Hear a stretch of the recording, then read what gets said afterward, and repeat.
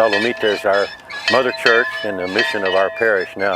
Oh, it's a sweet history, beautiful. The first Oblates came in the 1840s and began to evangelize the people of the river on both sides. And they started Port Isabel and Brownsville and then rode up to Roma and beyond. So this was kind of a way station. They would stop here and say Mass, and after a while it became more of a way station. They would stay a while and just take care of the people in the area, and then they'd move on either further west, or they were coming from the west going back east. The two main churches were the cathedral. It wasn't a cathedral yet, but the beautiful church in Brownsville and the church in Roma. The mission is a symbol, of course, of the hospitality of Christ to his family, the church. It's always open. You could come down here at 3 o'clock in the morning, it'll be open. It's always open. The gate's open, the front door's open. More than the parish church. The parish church usually closes around 10 or 11 at night, but the mission is always open. So it's a symbol of hospitality, and we consider that an essential element of the spirituality of a Christian, that we hope to be able to offer the hospitality of Christ to the people we share the journey with. A wall is a counter symbol. It's a counter value. The wall says we're afraid of the people on the other side, and we think King Kong is on the other side and we're afraid of him. We're going to stay here and we'll sacrifice our values and we'll sacrifice our neighbors in order to protect ourselves. That's not really our ideal. And we've never had a wall here. This chapel's been here 160, 150 years. We've never been through hell and high water, never had a wall. One time they put sandbags when they were afraid that the river was going to come up to the chapel, but it didn't come that far up. Like the powers that be are not receptive to our concerns. You can find that in all kind of ways, but what we're looking at here now is that they want to build this ugly wall, god-awful wall, thinking that it'll protect us from our neighbors on the south side of the river. And to do it, they want to take over some of this church property. They don't, evidently, I hope, there's no talk about damaging the chapel, but what the levee would be, where the sun's coming over right now, that would be pretty much the route of the wall, either up on the levee or down here on this side of the levee. So the whole atmosphere here would be poisoned or polluted or messed up, ruined. You could say desecrated, you could say that. Even though the sacred chapel, thank God, there's no talk about trying to take that over, at least not yet. But there hadn't been much receptivity or sympathy to our concerns. The bishop has talked to people, and we've written letters. And the first time this came up was with George Bush's wall. I think that was maybe 12, 13 years ago. And they did some wall stuff. But it seems like they looked at this beautiful place and said, well, we can't mess that up. So what the church is up against now is we're demanding or praying, actually suing to protect this property. And there's kind of two phases. One phase is that they want to come in here and survey for the wall, of course. And the diocesan lawyer, the bishop's lawyer, has said, we're not going to allow that. They say that may not hold up in court. I've been with other cases in court just to see the lay of the land. It seems like the judge is not interested in that aspect where we say, this is our land, we don't want surveyors. It seems like the judge just said, you don't have any business telling them no. We don't want a wall on our property. A wall is like a counter value, I hate to sound derogatory. We don't claim to really understand completely how we're going to handle all these immigration problems. I'm a country priest, not an immigration expert. But what we seem to be hearing is it's kind of like almost hysteria. People are like they're in a frenzy. We got to have a wall, we got to have a wall, and anybody who's opposed to the wall is just a bleeding heart, stupid liberal.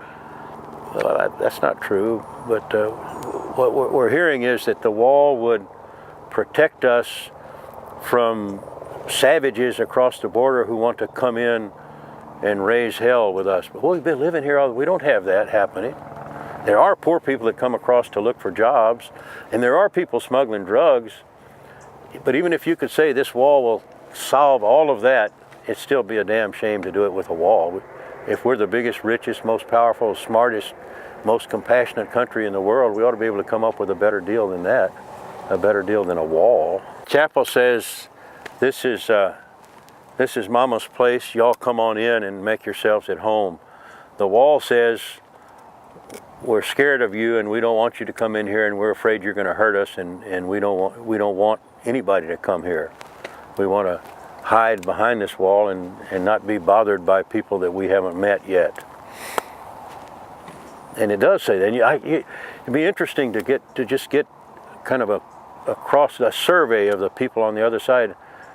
They must be horrified by that the Texans are building a wall so they can hide behind the wall from us, as if we're being.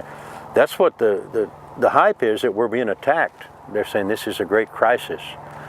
Look at this. Does this look like a crisis to you? Look at the sunrise. There's no crisis here. There are problems. Just not. I bet Houston has got much more trouble than we have here in South Mission. It's kind of ironic, that we would be kind of the center of attention here, because, and it's all because this chapel's on the south side of President Trump's wall. If we were on the other side, I don't think there wouldn't be that much of a fuss. They say there would be some gates we could go through, but the wall is going to spoil the whole spiritual atmosphere of this place for sure. That's going to happen if the wall goes up. But how it makes me feel is puzzled and sad both. However, there's this. I keep meeting young people that are just so receptive and even inspired by the plight of this little chapel. It symbolizes something more mysterious and maybe even more marvelous than we can see. I would tell President Trump there's more to this than meets the eye, and this black and white simple solution of just putting up a wall so the Mexicans won't come over here, it's really off track. That's not going to be what we need. This chapel deserves respect, but this whole area is, you could say, it's a sacred area.